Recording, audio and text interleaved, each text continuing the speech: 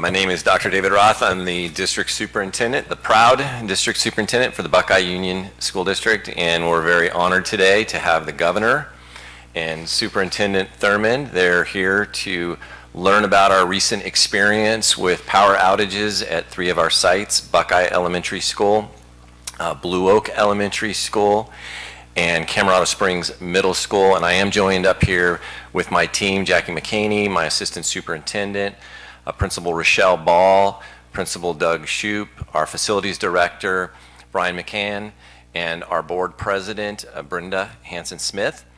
And today we shared that over the weekend we got news that 3 sites would be without power come Monday. So with my committed leadership team, we swung into action to begin planning how we might open those sites. And our first consideration was, would we be able to maintain student safety during that period of time? So we had to look at things like without power, we would not have fire alarms. So we had to plan to bring in individuals who would serve as fire watch during that period of time. We had to make certain that we had telephone communication with first responders. One of our custodians brought in a generator at one of the sites from home, and we were able to determine that we could keep those phone lines up and running. One of the sites that was losing power has our central kitchen, and that was going to be a problem. So my assistant superintendent and others kicked into action to figure out where we could obtain a lot of pizza for Monday. And we had to communicate with, of course, our employees, how we were going to maintain safety with our parents across the community. And by the end of the weekend, we were ready to welcome students here to our school sites. And we had about 80% of our students who did arrive. I think it really spoke to the core reasons why we did proceed with school, and that was we wanted to maintain the continuity of learning and give those students the opportunity, many of whom are at home, maybe in isolation during this power outage, the opportunity to connect with their peers and their community. And we also wanted to make certain that we could minimize the hardship on families who need to go to work. And so arrived here in the dark on Monday morning, and there were parents dropping their students off at the extended day program. We're also joined up here, I should say, by our county superintendent, Ed Manansala, and they run the extended day program out of the County Office of Education. Very important service. Obviously, if parents are going to drop their children off in the dark, they need to be somewhere else, and it was great to be able to provide that support.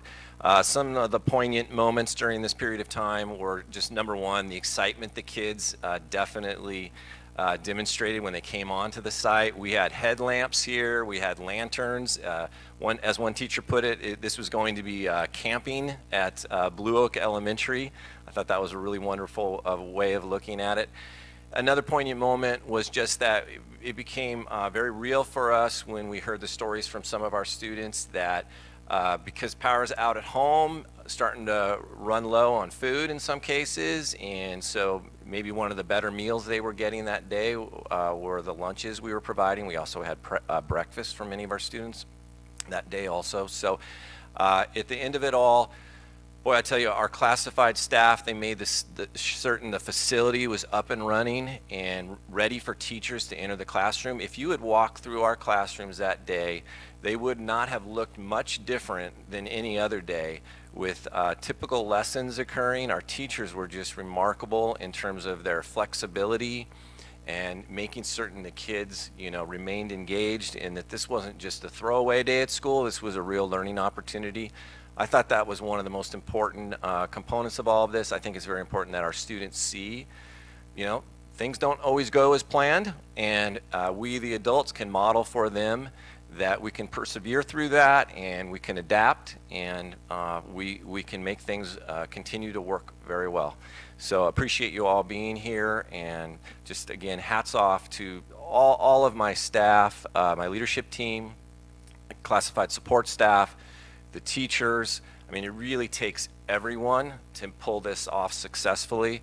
I also just want to comment, there are many of my colleagues, many students, many families throughout this county that have been without power for a considerable period of time.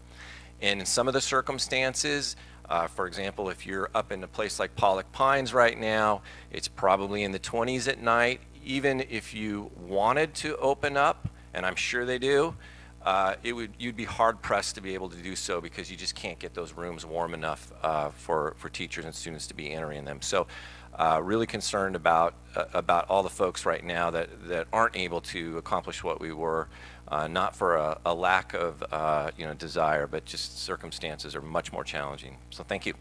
And I'd like to introduce Superintendent Thurman.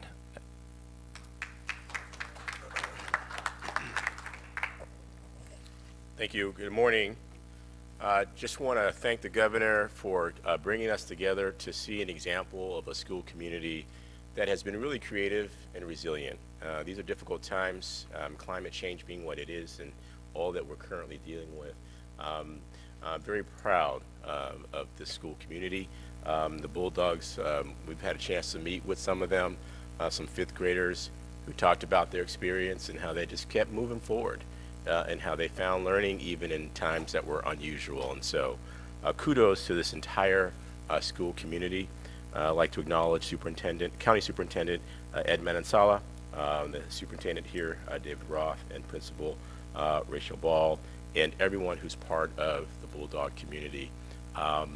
Again, we're going through difficult times, but we have to be resilient. School provides important things for our students. Obviously, it provides learning, but it provides a sense of stability for our students, for many of our students who are hungry, an opportunity for a meal. And we know that when our families are stressed because of the conditions around them, having to figure out what to do about not having school for their children adds an additional stressor. And this community has really come together to address all of those needs. I think it's a great example for us to lift up for schools throughout our state. Clearly, I think we have to continue planning and thinking ahead about how we address these issues going forward. I think there's just a certain reality that we will be needing to do that type of planning and thinking about how we provide quality education, always with a mindset of providing safety for our students. But again, just want to say congratulations and thank you to this community, the classified staff, the certificated staff, everyone who's a part of this school, and thank you for the great work. Again, I want to thank our governor for bringing us together to see this great example, and I want to invite Governor Gavin Newsom to make his remarks. Thank you, Mr. Superintendent.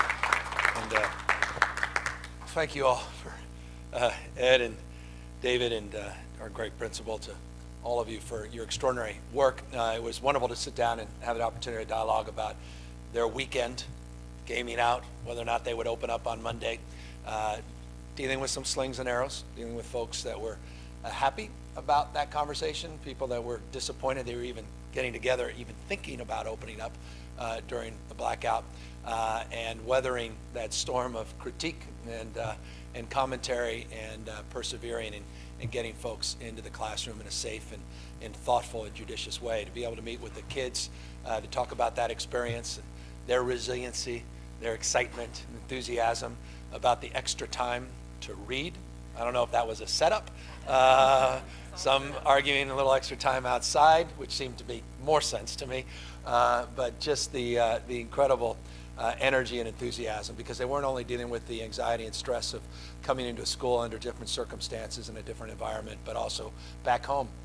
When I asked those kids, how many of you were impacted at home by the blackouts, every single child raised their hands. I said, how were your parents? Were they upset and anxious? Everybody, yeah, angry.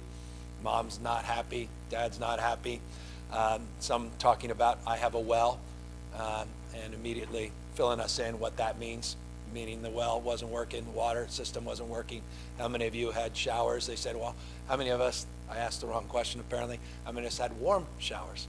And that seemed a more appropriate question that was prompted by one of the children. But tremendous, just sense of, optimism, and just smiles on the faces. And it's not just because they're all looking forward to candy tonight at Halloween. I just think that sense of continuity, which the superintendent talks about, that schools are not just places of learning.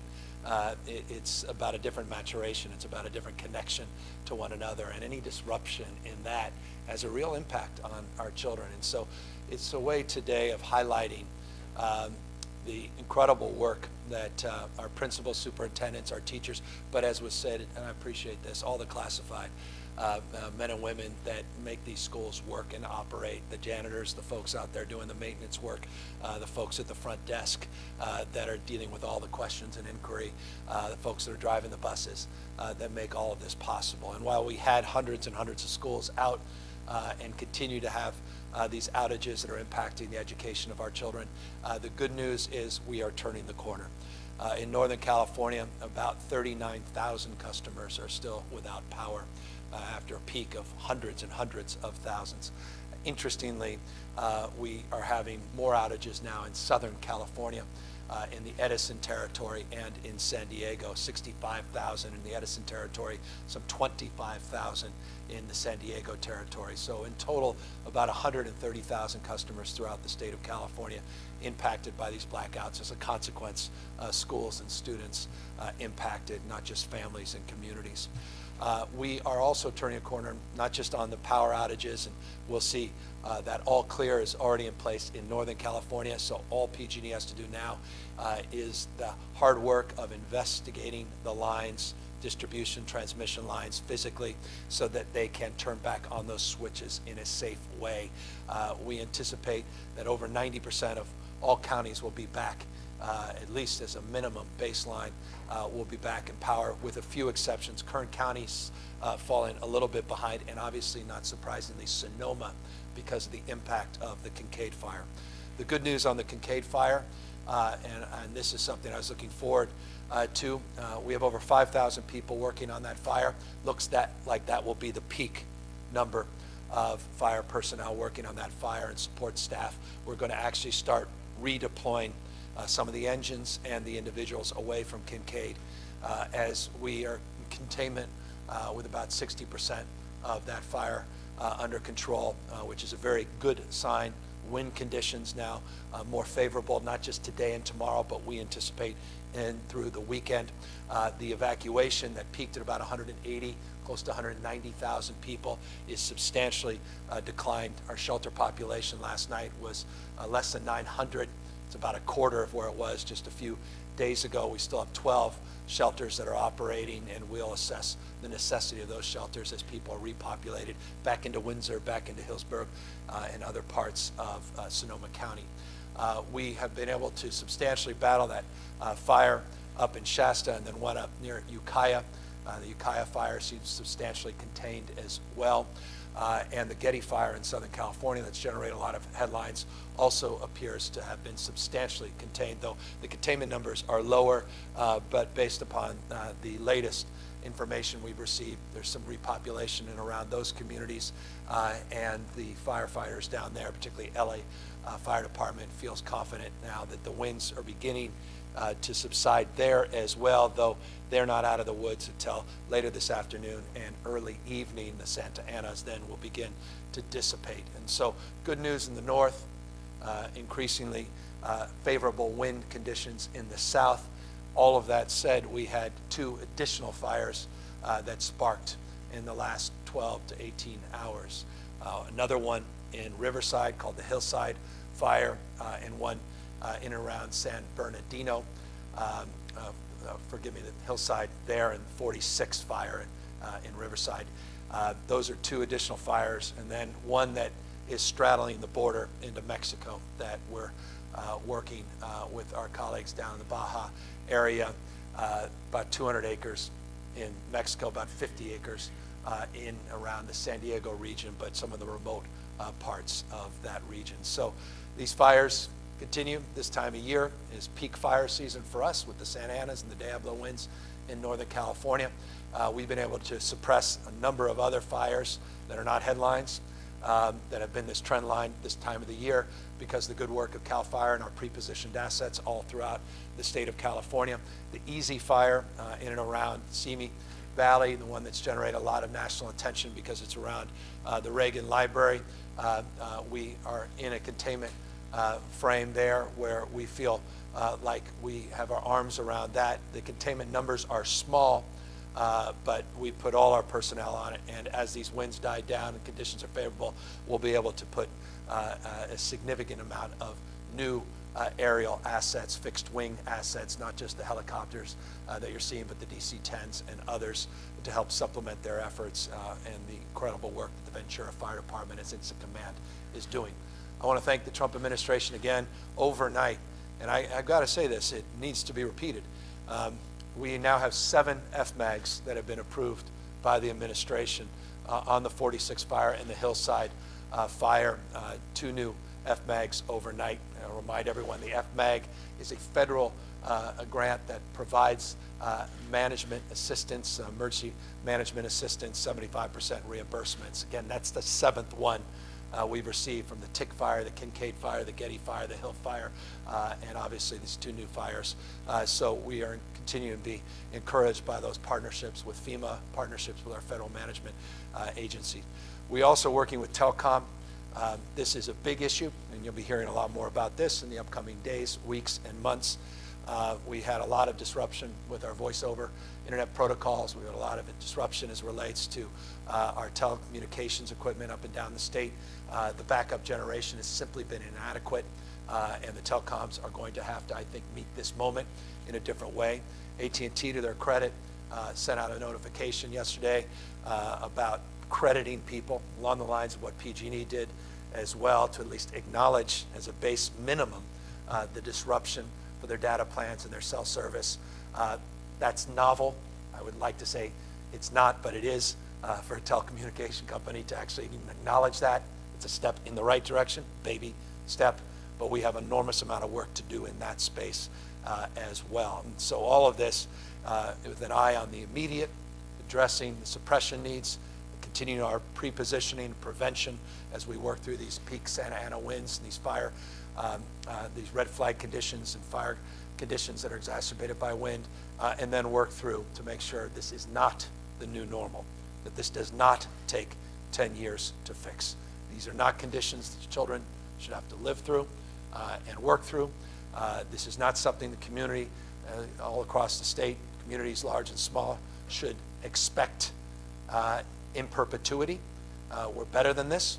We're more capable than this, not only on our vegetation management, forest management, but our utilities must be made more capable to deal with these conditions and need to be held to account for exacerbating these conditions that invited us here today at this school. And I can assure you the Public Utilities Commission and their major investigation in the power shutoff protocols is underway, and a lot of progress has already been made in the last 48 hours on advancing those investigations, and we are doing the same with our telecommunication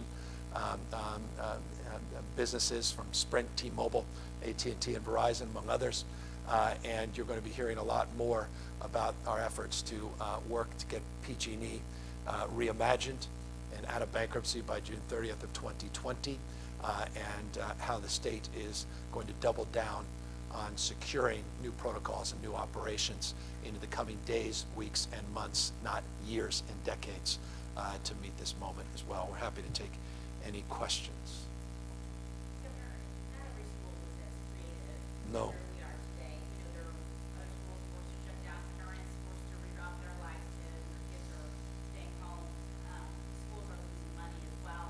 Who's responsible for that? Well, we're all trying to figure it out. Look, at the end of the day, schools were impacted through the failure of protocols and investments over the course of decades by the largest investor-owned utility, at least here in Northern California. They're impacted by other investor-owned utilities in Southern California, both Edison and San Diego Gas and Electric. There's been compounding issues as it relates to oversight of the Public Utilities Commission over the course of decades. There's been, respectfully, mismanagement in our forests and suppression strategies that predate many governors and many presidents. And I say presidents because 57% of the land in the state of California is managed by the federal government. And just in the last few years, as a specific proof point and example, they've been cutting their forestry budgets, not increasing their forestry budgets, as these droughts have presented themselves with more acuity. 5-year historic drought in the state of California, historic wet year that has created and exacerbated these conditions. So Mother Nature, the PUC, the state, the federal government, and the utilities is an answer to your question. Is there any kind of funding that the state government is providing schools right now to help with? Yeah, we provided, as you know, funding $75 million to the counties, the cities, and tribal lands and state agencies.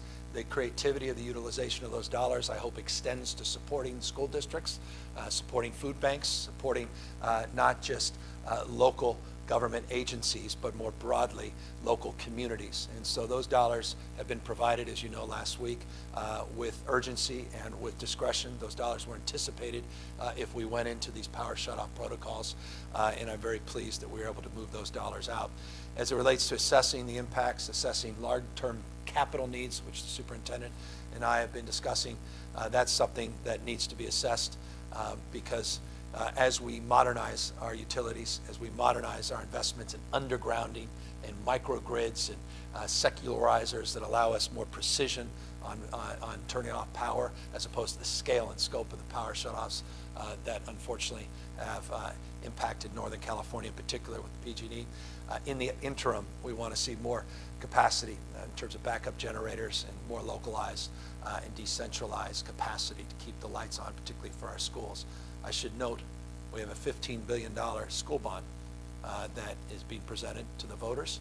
I cannot impress upon the voters enough the importance of that school bond in addition to not only modernizing our existing facilities and providing resources for new facilities, but in that bond we have also the capacity as part of larger projects to do the kind of work the superintendent has been encouraging, which is to provide for backup generators, to provide for solar capacity on the roofs so that this disruption can be made, can be mitigated.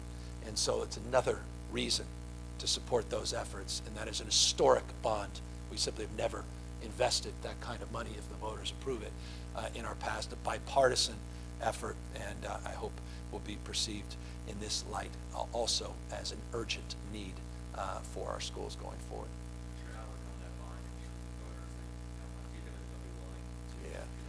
Yeah. Voters historically, of all political stripes, rural, urban, have all stepped up. And I should say, I'm very proud of this bond in particular because we, with urgency, are demanding equity as a predicate. Not just those that are well-resourced, that can get to the front of the line to draw down money, but those that are most in need, rural parts of this state that have been underrepresented and underserved in previous bonds, communities like this, in El Dorado County and elsewhere, while outstanding leadership often are forgotten to the big urban districts. We are presenting this bond in a very different light, and I think will do justice to this moment, and I think will meet the needs that the voters expect and will be supported overwhelmingly. We're going to do our best. It is necessary. Look, there are a lot of tools in the toolkit. There's a lot of authority that the PUC can advance. There's a lot of formal and moral authority we can advance in oversight. We passed legislation, as you recall, just a number of months ago that requires a new safety division of the Public Utilities Commission, a new safety advisory committee, not just a new safety division. Also requires $5 billion of safety investments to be invested by the 3 largest IOUs in the state, ties compensation to executives and managers at our utilities to safety, so there are no more bonuses for quarterly profits. There are bonuses only for safety improvements. A series of things that are underway that are part and parcel of what the legislature has already approved, and we are implementing in real time. To the extent there are pieces missing and there are specific things we need, then we will continue to consider, a special session. But to do a special session just to do it without a specific action agenda, I don't know is necessary at this point, but as issues present themselves, we certainly will consider them.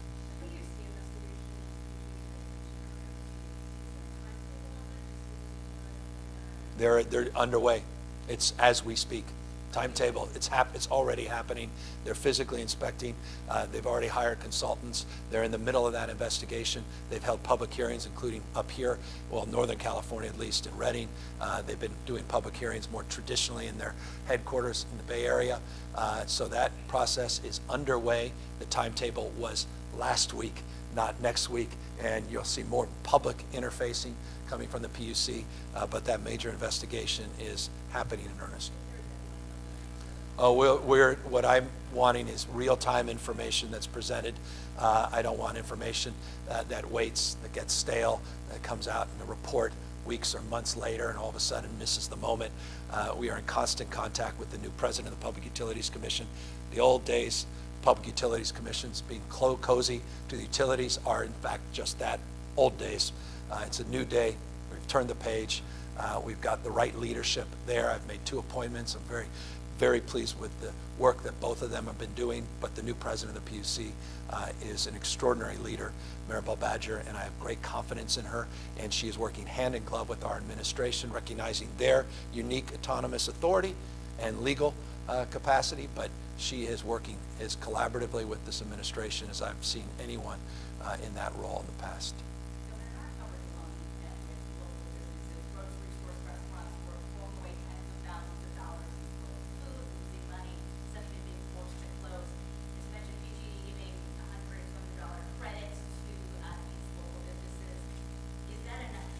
It's the minimum they can do.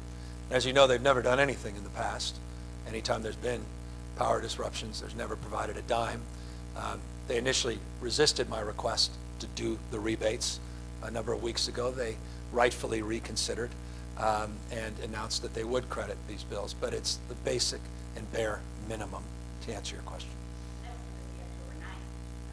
Yeah, they're rolling them together, and we're going to continue to work through this. We also, as you know, have assessed the capacity to do fines based on the PSPS protocols of $100,000 a day per incident. That's not just for PG&E, it's also for the other 2 investor-owned utilities. You'll be hearing more tomorrow. I want to preview some specific tangible actions in relationship to the bankruptcy and the state's role as it relates to the bankruptcy. As you know, just yesterday, we fast-tracked the appointments, both the Senate and the Assembly, and also through the executive branch of the Public Safety Division and its advisors pursuant to the legislation. It's supposed to go in effect January. We're not waiting until January. We also have a new director of the subcommittee, the Public Safety Division that we've created. You may recall in the legislation, we now have a protocol process that has not existed before, where PG&E must get an annual safety certification from Public Utilities Commission and this safety committee that had never existed in the past. So we have more oversight, more protocols, more teeth, more authority, more accountability than we've ever had. Again, anticipating the challenge of this moment, not reacting to this moment.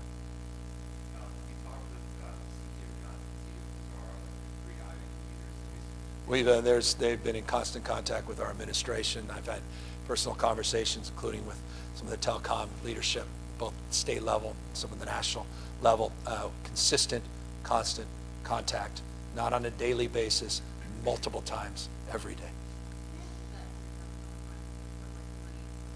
Yeah, well, those fines would be determined by the Public Utilities Commission and their experts, and those dollars would be reinvested, presumably back into public safety.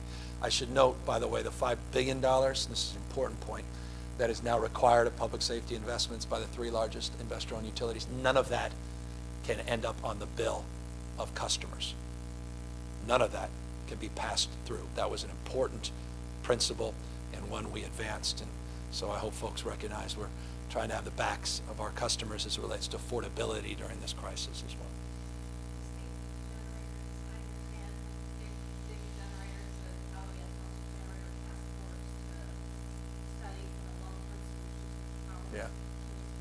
Yeah, we've been working, look, we've been hand in glove with FEMA. They're part of our SOC, which is our State Operations Center.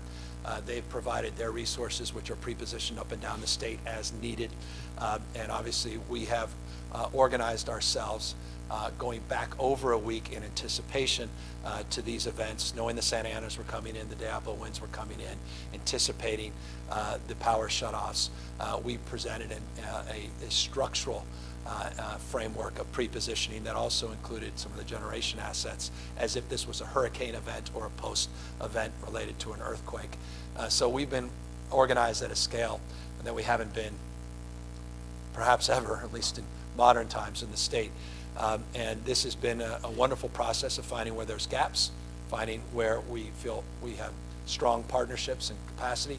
But the generation issue, particularly for the schools, et cetera, is a gap that has to be addressed by PG&E, investor-owned utility first, by the state as its backup, and its federal partners as well. And that all will be assessed in our post-disaster analysis, of which I can assure you is already underway. We're not waiting till the last spark is well, suppressed, yeah, so to speak. Yeah, thank you for that. Thank you. I deeply appreciate. I can't say this enough, and I didn't say it this morning, and I now have the opportunity. And I thank you for the question. Treat your PG&E workers with respect. Things are being thrown at folks. People's lives have been threatened. We had an incident where someone was run off the road that was there to actually turn your power back on, to make sure that pole didn't spark a fire in your backyard. They're your community members.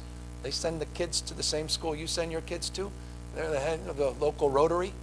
They're not Democrats, Republicans. They're members of the community. They're working hard. They didn't create this mess. They're trying to fix it. And so I just cannot say this enough. Please respect Pacific Gas and Electric workers. You can be rightfully outraged, and I will be right there front and center with you about the corporate mismanagement of this entity, this corpus called PG&E, of which we've now had 5 different CEOs that I've worked with over the course of my political life. They come and go. There's a corporate ethos there that has failed for a generation. We're going to fix for that, but the individual workers that are out there on the lines, please respect them. All right, folks, thank you very much. Thank you, guys. Thanks for that question. Thank you, sir. Appreciate it.